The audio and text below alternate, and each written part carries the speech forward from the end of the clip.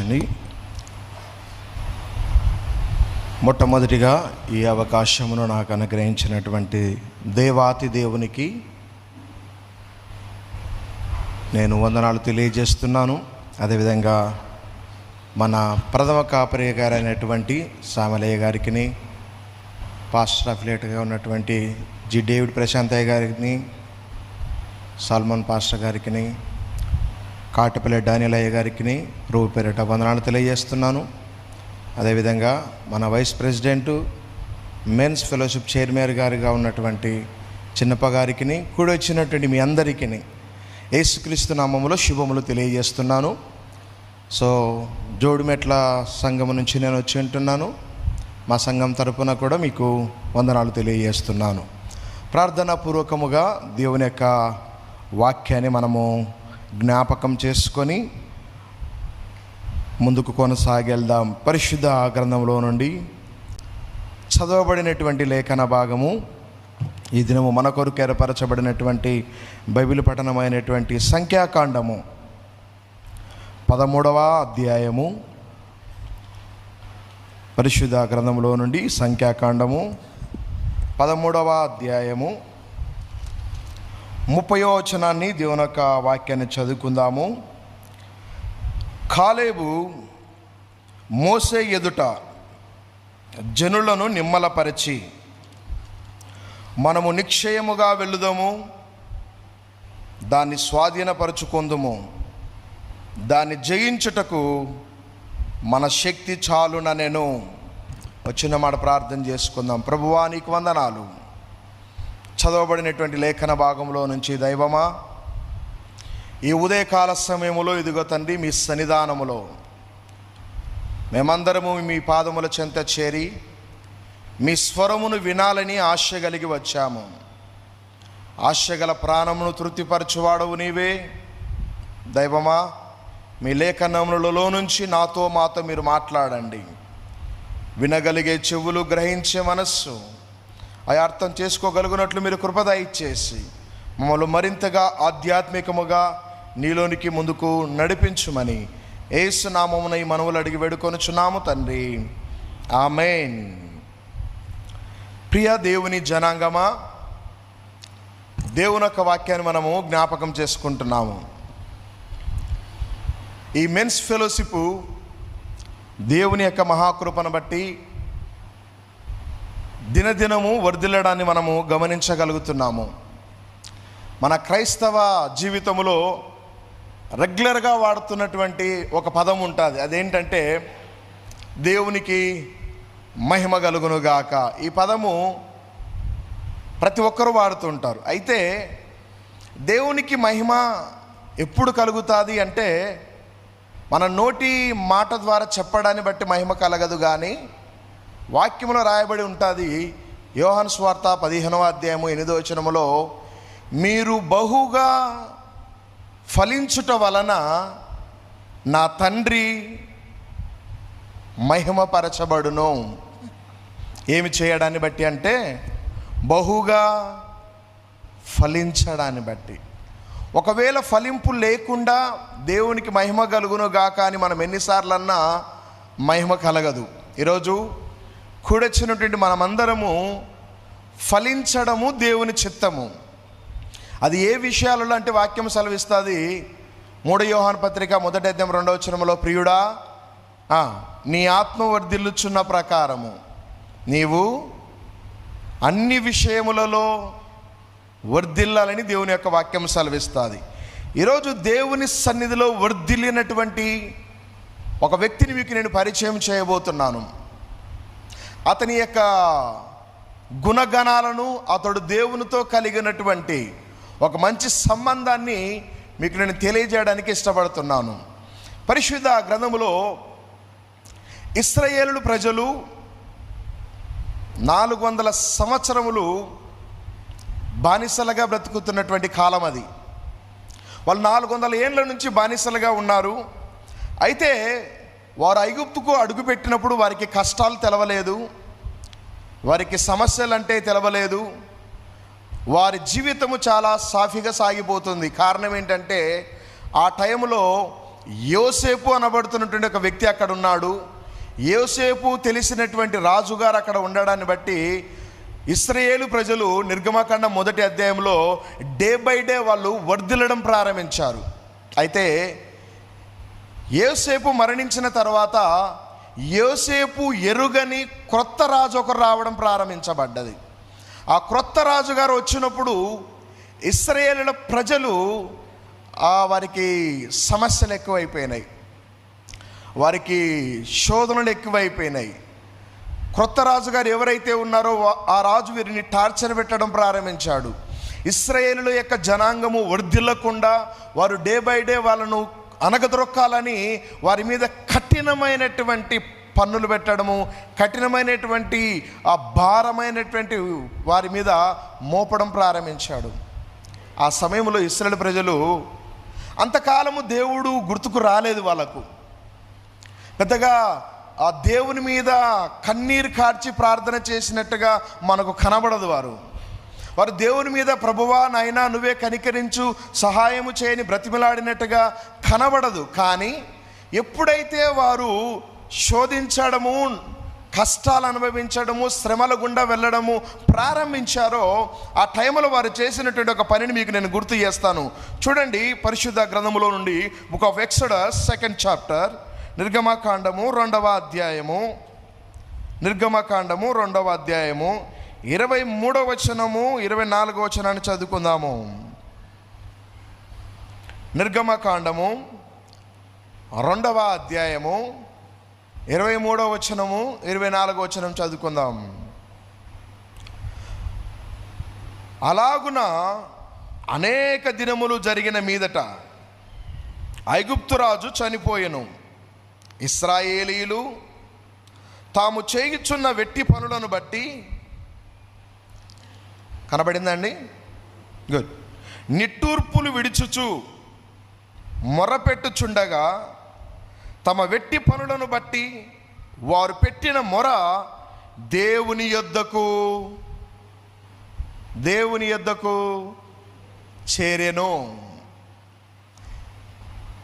మొదటి అధ్యాయంలో ఇశ్రాయేలు ప్రజలు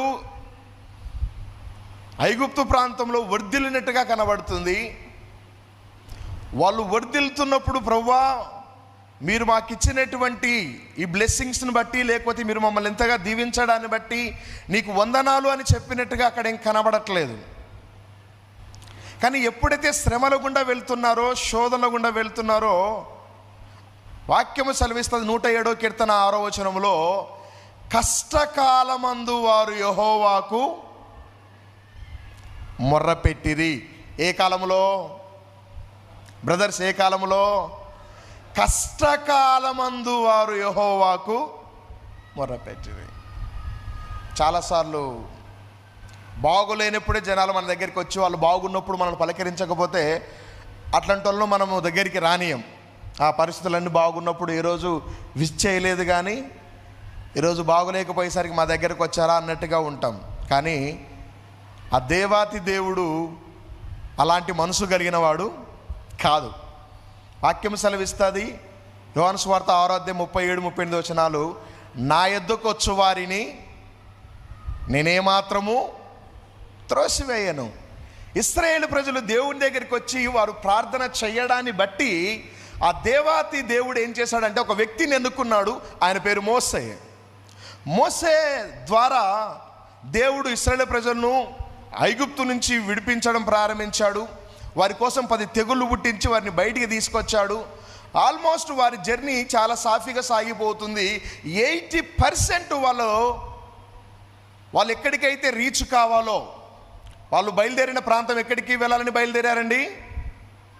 పాలు తేనెలు ప్రవహించే దేశము. ఏ దేశం అది? కానాను దేశానికి ప్రయాణం ప్రారంభించారు. ఆ ప్రయాణములో భాగంగా వారు దాదాపు 80% వారి ప్రయాణాన్ని ముగించుకున్నారు. ఇక ముందు వారికి ఉన్నది ఏంటంటే ఒక ప్రాంతము కనబడుతుంది. ఆ ప్రాంతము కానాను. ఆ ప్రాంతంలో వారు జయించడానికి వెళ్ళాలనుకుంటున్నారు.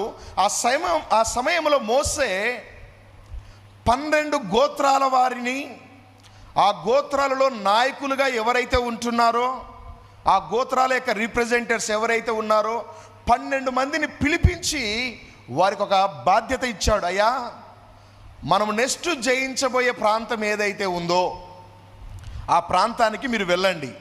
నెంబర్ 1, అక్కడి ప్రజలు వారి యొక్క బలాలు ఏంటివో బలహీనతలు ఏంటివో మీరు తెలుసుకోండి. ఏంటివి?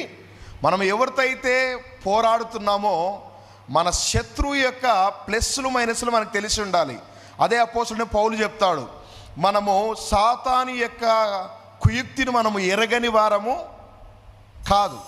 మనం పోరాడేది మనుషులతో కాదు, కానీ అంధకార సంబంధులకు లోకనాథులతో పోరాడుతున్నామని ఎఫెసీ 6వ అధ్యాయము 11వ వచనం నుంచి రాయబడి ఉంటుంది. అయితే మోషే 12 మందిని పంపించినప్పుడు 12 వెళ్ళారు. 25వ వచనంలో మనం చదువుకున్నాము.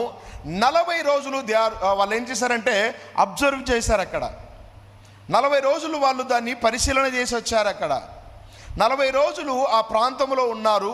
ఆ ప్రాంతం నుంచి వాళ్ళు ఇప్పుడు ఏం చేస్తున్నారంటే రిపోర్ట్ తీసుకొని వస్తున్నారు. చూడండి, సంఖ్యాకాండము 13వ అధ్యాయము 25వ వచనమునైనా, వారు ఆ దేశములో కనబడ్డదండి,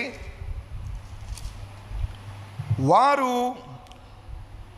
40 దినములు ఆ దేశమును సంచరించి చూచి తిరిగి వచ్చిరి. వారు తిరిగేసి వచ్చినప్పుడు వాళ్ళు తీసుకొచ్చినటువంటి రిపోర్ట్ ఏంటంటే, నెంబర్ 1, ఆ ప్రాంత ప్రజలు అక్కడ ఎవరెవరు ఉన్నారో చెప్పారు. ఎవరెవరు ఉన్నారు అంటే 29వ వచనంలో చూడండి, 28, 29, అక్కడ అనాకీయులను చూశారు, అమాలేకీయులను చూశారు, హిత్తీయులను చూశారు, యోబీషీయులను చూశారు, అమోరీయులను చూశారు. వీరు ఏ ప్రాంతమునైతే రీచ్ కావాల్సిందో, ఏ పట్టణాన్ని అయితే వారు జయించాల్సిందో ఆ ప్రాంతంలో ఆల్రెడీ శత్రులైన వారు ఆక్యుపై చేసుకొని ఉన్నారు. దేవుడు అబ్రహాము మొదలుకొని అబ్రహాము, ఇస్సాకు, యాకోబులతో దేవుడు వాగ్దానం చేస్తూ వచ్చాడు, నేను మిమ్మల్ని కానాను దేశానికి తీసుకువెళ్తానని.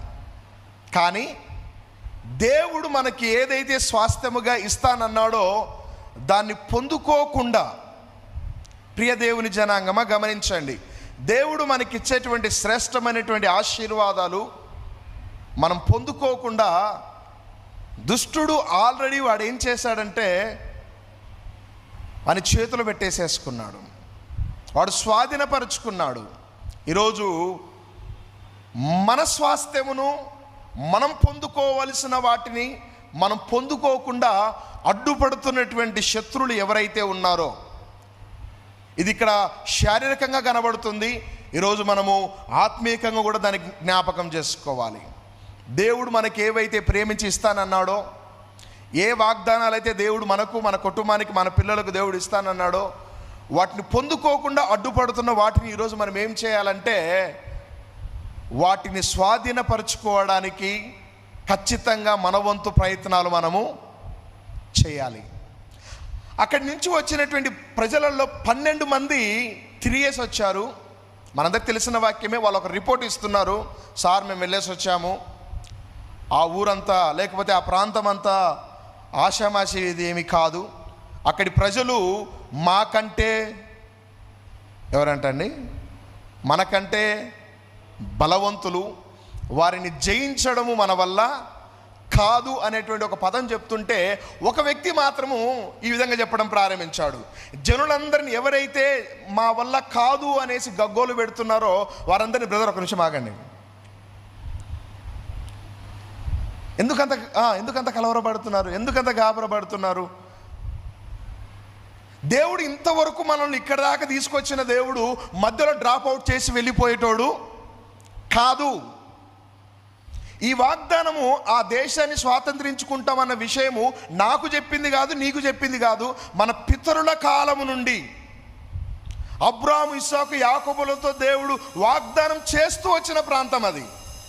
ఈరోజు నీ బలాన్ని బట్టి, నా బలాన్ని బట్టి కాదు, దేవుని యొక్క వాగ్దానం ఉంది కాబట్టి హెబ్రీ 10:23 వాక్యం సెలవిస్తుంది, వాగ్దానము చేసిన వాడు నమ్మదగిన వాడు. అయ్యా, ఎవరు నమ్మదగిన వారు? దేవుడు నమ్మదగినవాడు. నీ బలాన్ని బట్టి, నా బలాన్ని బట్టి కాదు. వాక్యం సెలవిస్తుంది, I can do who are strength in me, నన్ను బలపరచు వాని యందే నేను చేయగలుగుతాను. జనులందరినీ నిమ్మలపరిచి అతడు చేసినటువంటి ఒక పని మనము చేయగలుగుతాము. దేవుడు కాలేబును దేవుడు ఎంతగా ఇష్టపడ్డాడంటే, వాక్యంలోనికి రండి నాయన, పక్కా అధ్యాయంలోనికి వెళ్ళండి. 14వ అధ్యాయము. ప్రార్థనాపూర్వకంగా మనం దేవుని యొక్క వాక్యాన్ని జ్ఞాపకం చేసుకుంటున్నాము.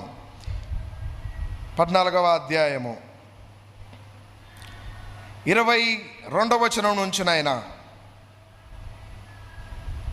సంఖ్యాకాండము 14వ అధ్యాయం 22వ వచనమా? అయ్యా, కొంచెం గట్టిగా. నేను ఐగుప్తులో అరణ్యములో చేసిన సూచక క్రియలను, నా మహిమను చూచిన ఈ మనుషులందరూ ఈ 10 మార్లు నా మాట వినక నన్ను పరిశోధించిరి. కాగా వారి పితరులకు ప్రమాణపూర్వకముగా నేనిచ్చిన దేశమును వారు చూడనే చూడరు. నన్ను అలక్ష్యము చేసిన వారిలో ఎవరును దానిని చూడరు. 24వ వచనం చాలా ప్రాముఖ్యము. నా సేవకుడైన, ఎవరంటండి? కాలేబు గురించి దేవుడిస్తున్నటువంటి ఒక విట్నెస్. కాలేబును దేవుడు ఏమని పరిచయం చేశాడంటే, ఈజ్ మై సర్వెంట్. నా సేవకుడైన కాలేబు మంచి, కొంచెం చూడాలి వాక్యాన్ని, మంచి మనస్సు కలిగి. ఎవరిస్తున్న సాక్ష్యం ఇది? దేవుడు ఒక మనిషి గురించి పాజిటివ్ రిపోర్ట్ ఇవ్వడం అనేది it's highly impossible. Because of God he knows our mind set. ఆయన హృదయ అంతరంగాలు ఎరిగిన వాడు. ఆయన ఎవరిని మంచోడని అంత ఈజీగా సాక్ష్యము చెప్పడు. కానీ కాలేబు గురించి సాక్షాత్తు దేవాతి దేవుడు ఒక మాట పలుకుతున్నాడు. అదేంటంటే, కాలేబు నా సేవకుడు. సేవకుడు అంటే సంకలు బైబిల్ పెట్టుకొని వాక్యం చెప్పే పాస్టర్ అనుకోవద్దు. కాదు, కాలేబు ఈజ్ నాట్ ఏ పాస్టర్. ఆయన పాస్టర్ గారు కాదు. ఆయనకు కూడా ఫ్యామిలీ ఉంది. ఆయన కూతురు, ఆయనకు ఒక డాటర్ ఉంది. మనకు తెలుసు, ఆమె పేరు అక్సా. ఎంతమంది తెలుసు అక్సా? న్యాయాధిపతుల గ్రంథంలో కనబడుతుంది. ఒక న్యాయాధిపతిని పెళ్లి చేసుకుంది ఆమె. ఎవరు? ఒత్నియేలు. Thank you brother. అయితే ఇక్కడ వాక్యంలోని ముందుకు వెళ్తున్నాము. సో అంటే సేవకుడు అనగానే ఆయనకేమి బర్డన్స్ ఉండవండి, ఆయన ఏం జాబు చేయడండి, ఆయనకేమి రెస్పాన్సిబిలిటీ లేవండి అనుకోవచ్చు మీరు. లేదు, బరువు బాధ్యతలు కలిగినటువంటి వ్యక్తి అయినా.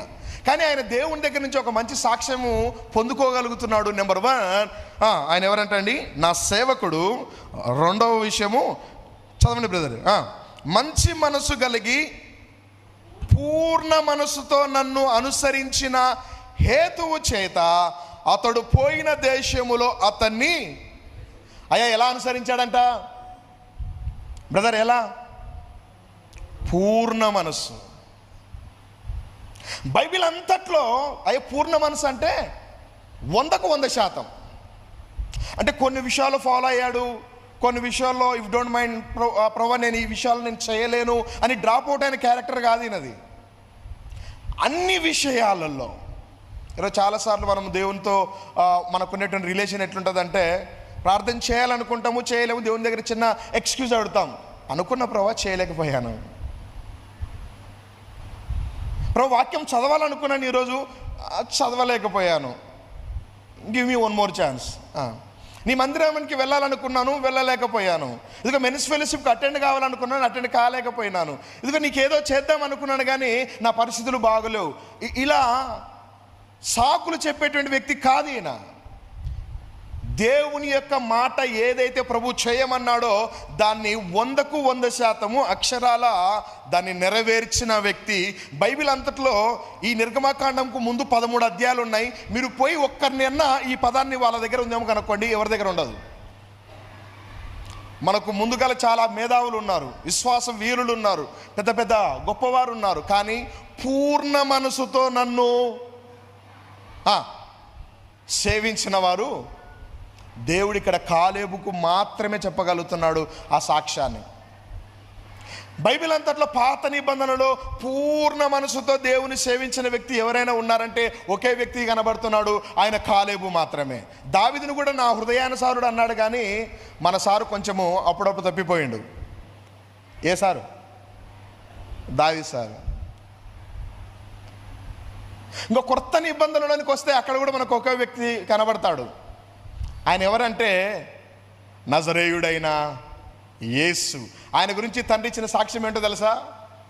ఈయన నా ప్రియ కుమారుడు, ఈయన యందు నేను ఆనందిస్తున్నాను. కాలేబు గురించి ప్రియ దేవుని జనాంగమా ఒక విషయాన్ని మనం వింటున్నాము. అక్కడ అందరూ చెయ్యలేము అని అన్నారు, కానీ కాలేబు చెప్పాడు అందరినీ సమాధానపరిచే, బ్రదర్, ఇది మన జ్ఞానాన్ని బట్టి మన బలాన్ని బట్టి చేసేది కాదు. ఈ కార్యము దేవునిది. మనము నిమిత్త మాత్రం నిలబడితే చాలు. ప్రభువా నేను ఉన్నాను, నువ్వు నా ద్వారా కార్యాన్ని చెయ్యి, నేను నిమిత్త మాత్రుణ్ణి అని నువ్వు నిలబడితే చాలు. ప్రభువా నువ్వు పక్క నుండి నేను చూసుకుంటా అంటే దేవుడు అంటాడు, చలో పక్క జరుగు అంటాడు. ఈరోజు మన బలాన్ని బట్టి కాదు, మన జ్ఞానాన్ని బట్టి కాదు, ప్రభువును బట్టి మనం ఏమైనా చేయగలుగుతామని ముందుకు రావాలి. అందరూ 13వ అధ్యాయంలో లాస్ట్ వచనాన్ని మనం చదివినట్లయితేనైనా అక్కడ రాయబడినటువంటి మాట, అక్కడ నెఫీలీయులు సంబంధులైన ఆనాకు వంశపు నెఫీలను చూచితిమి, మా దృష్టికి మేము మిడతల వలె ఉంటిమి, వారి దృష్టికి అది మిగతా వారు ఇచ్చినటువంటి రిపోర్ట్, కాలేబు ఇచ్చిన రిపోర్ట్ అయితే కాదు. నేను ఇంకా కొంచెము ముందుకు ధైర్యం చేసి ఇంకొక మాట చెప్పగలుగుతాను. దేవుడు అక్కడ చెప్పినటువంటి మాటలలో యెహోషువ కంటే కూడా, ఎవరికంటే? యెహోషువ కంటే కూడా ఇంకా భక్తిపరుడుగా కనబడుతున్నాడు కాలేబు ఇక్కడ. మీరు చూడండి ఈ వచనాలలో నాయన కిందికి రండి. 24వ వచనంలో మరొకసారి, నా సేవకుడు మంచి దేవుని దగ్గర సాక్ష్యం అందుకున్నటువంటి వ్యక్తి. ఈయన గురించి ఇంకొక వచనాన్ని నేను మీకు గుర్తు చేసి ముందుకు వెళ్తాను. చూడండి సంఖ్యాకాండము 32వ అధ్యాయము. నేను ఇదే పుస్తకంలోనే ఉన్నాను, సంఖ్యాకాండంలోనే 32వ అధ్యాయం నాయన 10వ వచనము. 32వ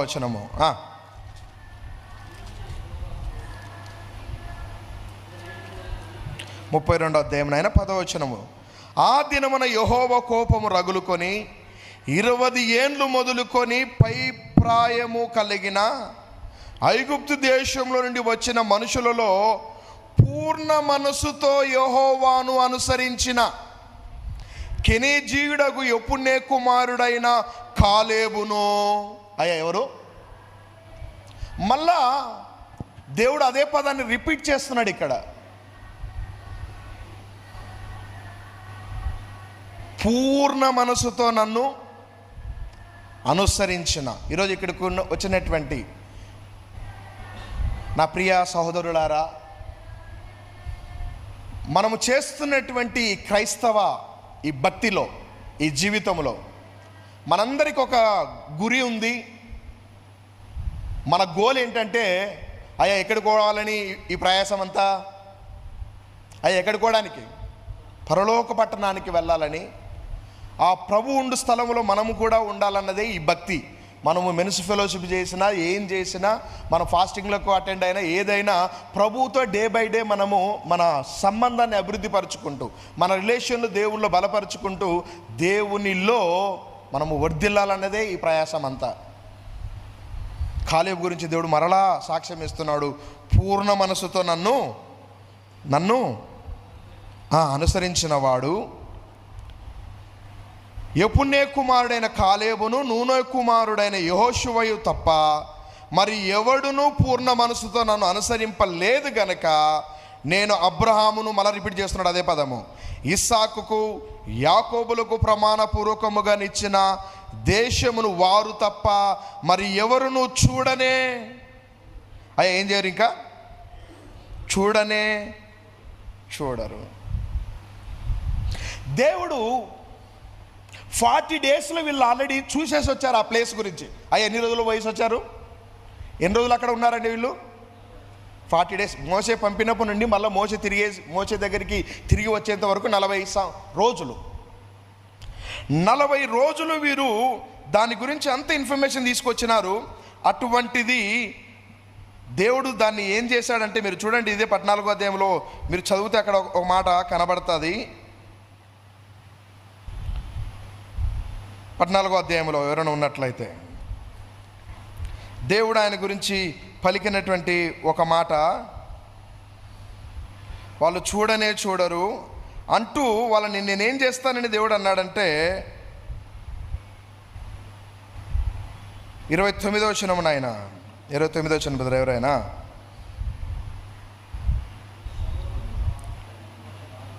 రాలిపోతాయి,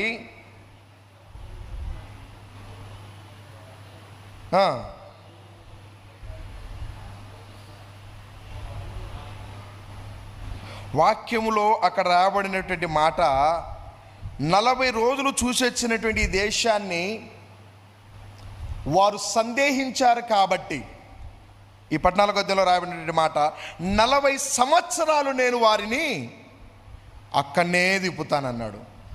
ఎన్ని రోజులు? 40 రోజులు చూసి వచ్చిన దేశాన్ని వాళ్ళు వారి యొక్క డెస్టినీ రీచ్ కాకుండా దేవుడు ఏం చేస్తానన్నాడంటే 40 సంవత్సరాలు. కారణం ఒకటి, దేవుడిచ్చిన వాగ్దానాన్ని సందేహించారు, వారు దాన్ని నమ్మలేదు. ఈరోజు ఈ క్రైస్తవ భక్తిని కొనసాగిస్తున్న మనం ఎవరమైనా సరే, దేవుని దగ్గరికి వచ్చినటువంటి మనము, హెబ్రీయులకు రాసిన పత్రిక 11వ అధ్యాయం 6వ వచనంలో వాక్యం సెలవిస్తుంది, విశ్వాసము లేకుండా దేవునికి ఇష్టులై ఉండుట అసాధ్యము. ఆయన వద్దకు వచ్చువాడు ఆయన ఉన్నాడని, ఫలములు దయచేస్తాడని మొదట నమ్మవలెను గదా అని రాయబడి ఉంటుంది. ఈరోజు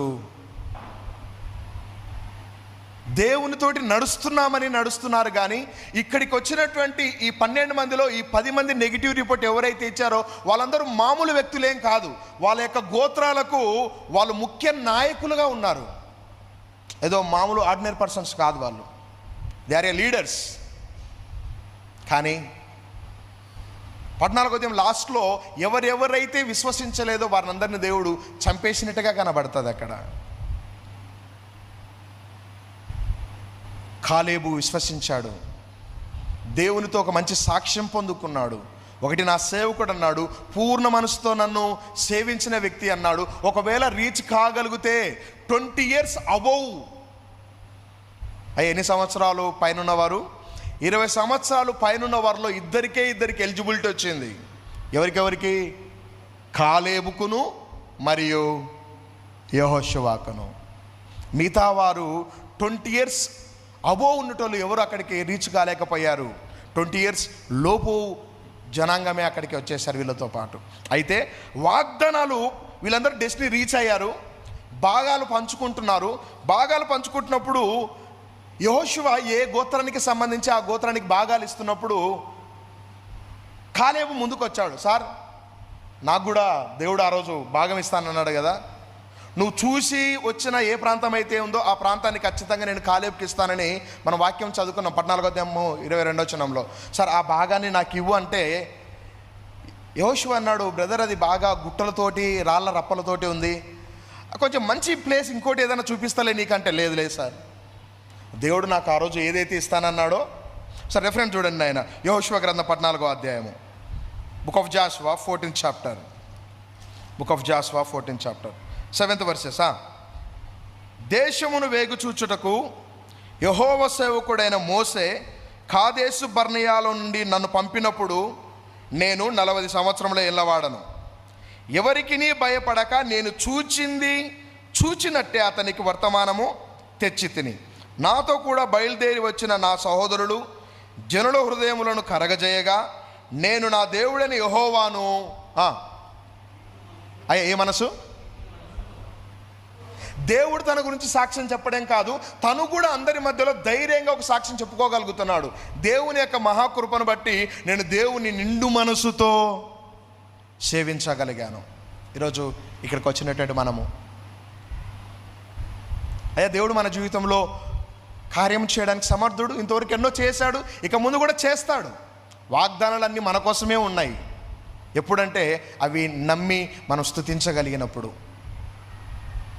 కాలేబు పరిపూర్ణంగా దేవుణ్ణి ఆరాధించినటువంటి వ్యక్తి, అనుసరించినటువంటి వ్యక్తి. తన గురించి దేవుడే సాక్ష్యం ఇచ్చాడు, నన్ను పూర్ణ మనసుతో అనుసరించిన వ్యక్తి అనేసి. ఇక్కడ తను సెల్ఫ్గా తను కూడా సాక్ష్యం చెప్పుకోగలుగుతున్నాడు, నిండు మనసుతో అనుసరించి. 9వ వచనము, ఆ దినమున మోసే ప్రమాణము చేసి, నీవు నా దేవుడైన యెహోవాను నిండు మనసుతో అనుసరించితివి గనుక నువ్వు అడుగుపెట్టిన భూమి నిక్షయముగా నీకును నీ సంతానమునకును ఎల్లప్పుడూ స్వాస్థ్యముగా ఉండుననెను. యెహోవా చెప్పినట్లు యెహోవా మోసేకు ఆ మాట సెలవిచ్చినప్పటి నుండి ఇశ్రాయేలుడు అరణ్యములో నడిచిన ఈ 40 ఏండ్లు ఆయన నన్ను సజీవునిగా కాపాడి, అయ్యా ఆయన మేబీ రిటైర్మెంట్ టైంలో మనం ఇస్తాం కదా, అలాంటిది ఒక మాట చెప్తున్నాడు. రీచ్ అయ్యిండు, డెస్టినీ రీచ్ అయినాకే చెప్తున్నాడు, నేను సక్సెస్ అవ్వగలిగాను. మోసే నన్ను పంపిన నాడు 11వ వచనంలో నాకెంత బలం ఉండేనో నేటి వరకును నాకు అంతే బలం ఉంది. ఇదంతా ఎందుకు చెప్పాల్సి వస్తుందంటే, కాలేబు హెబ్రోను ప్రాంతమైనటువంటి, అక్కడ రాయబడి ఉంటుంది నాయన, ఆ ప్రాంతం పేరు ఏం పేరు? హెబ్రోను ప్రాంతం. 13వ వచనంలో ఉంటుంది. ఆ ప్రాంతము రాళ్లతోటి, రప్పలతోటి, గుట్టలతోటి ఉంది. ఆ ప్రాంతాన్ని నీకొద్దు, నువ్వు వేరేది తీసుకుంటే, లేదు లేదు ఈయన చెప్తున్నాడు, నాకు ఆ రాళ్ల ప్రాంతమే కావాలి, నాకు ఆ గుట్టల ప్రాంతమే కావాలి. అక్కడ అనాకీలు ఉన్నారు, పర్వాలేదు, శత్రువులు ఉన్నా పర్వాలేదు. దేవుడు నాకు వాగ్దానం చేసి ఏదైతే ఇస్తానన్నాడో దాన్ని నేను ఖచ్చితంగా ఏం చేయగలుగుతానంటే, నువ్వు అనుకుంటుండొచ్చు 80 ఏళ్ళు వచ్చినాయి, ముసలాడివి, అప్పుడు 40 ఇయర్స్లో చేసావు కానీ ఇప్పుడు ఏం చేయలేవు నువ్వు అనుకుంటుండొచ్చు. లేదు లేదు బ్రదర్, 8 ఇయర్స్ వచ్చి ఉండొచ్చు నాకు, కానీ సేమ్ బలం ఉంది నాకు మళ్ళీ ఇప్పటికి కూడా. ఇంతవరకు జయించడానికి శక్తినిచ్చిన దేవుడు నా భూభాగాన్ని స్వాతంత్రించుకోవడానికి కూడా నాకు శక్తిని ఇస్తాడు. నాకు ఇస్తానన్న వాగ్దానాన్ని నేను దాన్ని ఫుల్ఫిల్ చేసుకోగలుగుతాను. అడుగు ముందుకు పెట్టాడు, అద్భుతాలు పొందుకున్నాడు. కారణము ఒకటే, చివరిగా ఒక మాట గుర్తేస్తాను. కారణం ఒకటి, కాలేబు పూర్ణ మనసుతో దేవుణ్ణి అనుసరించాడు. ఈరోజు నువ్వు నేను మన స్వబుద్ధిని ఆధారం చేసుకోవద్దు. సామెతలు 3వ అధ్యాయం 6వ వచనం సెలవిస్తుంది, నీ స్వబుద్ధిని ఆధారం చేసుకొనక నీ ప్రవర్తన అంతటి యందు ఆయన అధికారానికి ఒప్పుకో. ఒక వ్యక్తి గురించి నేను మీకు ఒక మాట చెప్పి ముగిస్తాను. కొత్త నిబంధనలు యేసు ప్రభు గురించి చూడండి. యేసు ప్రభు కూడా ఆయన జీవితంలో, యోహాను సువార్త ఎవరైనా ఒకరు రండి బ్రదర్, ముగింపులోనికి వచ్చేసాము. Book of John 12th chapter 49th verses. యోహాను సువార్త 12వ అధ్యాయము 49వ వచనము. ఎలా అనగా నా అంతటా నేనే, అయ్యా ఏం చేయట్లేదు, మాట్లాడట్లేదు. కాలేబు ఏ విధంగా అయితే నిండు మనసుతో ప్రభువుని సేవించాడో, దేవుడు చెప్పిన దాన్ని యాజ్ ఇట్ ఈజ్గా ఎలా అయితే అప్లై చేశాడో, ఇక్కడ అలాంటి సాక్ష్యం ఇక్కడ యేసుప్రభు కూడా చెప్తున్నాడు. నా అంతటా నేను ఏది ఇక్కడ చేయలేదు. యేసుప్రభు ప్రతిసారి తండ్రి నీ చిత్తం. చివరికి సిలువలో మరణించాల్సినటువంటి సందర్భం వచ్చినప్పుడు కూడా, తండ్రి నీ చిత్తమైతే ఈ గిన్నె, అయ్యా ఎవరి చిత్తమైతే, తన ఆత్మను సిలువలో పలికినటువంటి 7వ మాట, తన ఆత్మను సబ్మిట్ చేసుకునేటప్పుడు కూడా, దేవా తండ్రి నా ఆత్మను నీ చేతికి. యేసుప్రభు జీవితంలో ప్రారంభం మొదలుకొని ఎండింగ్ వరకు ప్రతి విషయంలో ఆయన ఎవరికి లోబడుతూ వచ్చాడంటే, తండ్రి తండ్రి తండ్రి తండ్రి తండ్రి చిత్తం. కాలేబు పరమందున్నటువంటి తండ్రికి లోబడ్డాడు, ఆయన ద్వారా సాక్ష్యం పొందుకున్నాడు. నజరుడైనటువంటి యేసు తండ్రికి లోబడ్డాడు ప్రతి విషయంలో. ఈరోజు ఆయన జయించి జయశీలుడుగా తండ్రి కుడిపార్చన కూర్చున్నాడు. ఈరోజు ఆయన పిల్లలమైనటువంటి మనము కూడా జయించే వారమై ఉండాలి. ఇంతవరకు దేవుడు ఎన్నో విషయాల్లో మనకు మేలు చేశాడు, దాన్ని బట్టి దేవునికి వందనాలు చెప్దాము. ఇక ముందు చేయబోయే వాటికి కూడా కృతజ్ఞతాస్తులు చెల్లిద్దాము. కాలేబులాగా నిండు మనసుతో ప్రభువును ఆరాధిద్దాం, పూర్ణ మనసుతో ఆయనను అనుసరిద్దాము. ఎలాంటి పరిస్థితి వచ్చినా మన ముందున్నటువంటి ఆ టాస్కులు ఏవైనా అయి ఉండొచ్చు, మనకు అవి హైలీ ఇంపాసిబుల్ అయి ఉండొచ్చు, కానీ దేవునికి సమస్తము సాధ్యమే. కాలేబు తన బలాన్ని బట్టో తన దగ్గర ఉన్నటువంటి సైన్యాన్ని బట్టో ఆ మాట చెప్పలేదు, కానీ దేవుని బట్టి దేవుని ఆధారం చేసుకొని చెప్పగలిగాడు. ఈరోజు నువ్వు నేను కూడా దేవుని వైపు చూస్తూ ముందు కొనసాగిద్దాం. తలలుంచండి, కళ్ళు మూసుకోండి. విన్నటువంటి వాక్యమును బట్టి ఒక మాట ప్రార్థన చేద్దాము. ఎవరికి వారు ఒకసారి మనం దేవునికి మనము ఆయనకు సబ్మిట్ చేసుకుందాము. ప్రభువా, కాలేబు కూడా నాలాంటి వ్యక్తే. తను కూడా కుటుంబాన్ని కలిగి ఉన్నాడు, తను కూడా జీవిస్తున్నాడు. అయితే మనుషులందరూ నీకు వ్యతిరేకులైనప్పటికీ కూడా కాలేబు జనులను నిమ్మలపరిచి అతడు సమాధానపరిచే స్థితిలో ఉన్నాడు. కలవరపరిచే వ్యక్తిగా లేడు అతడు. Thank you lord. నీ సన్నిధానములో ఇదిగో తండ్రి, ఈ ప్రాతకాల సమయంలో, ఉదయకాల సమయంలో నాయన మీ పాదముల దగ్గరికి వచ్చి ఉన్నాము. కాలేబు వలె మమ్మల్ని మేము మీకు అప్పచెప్పుకుంటున్నాము తండ్రి.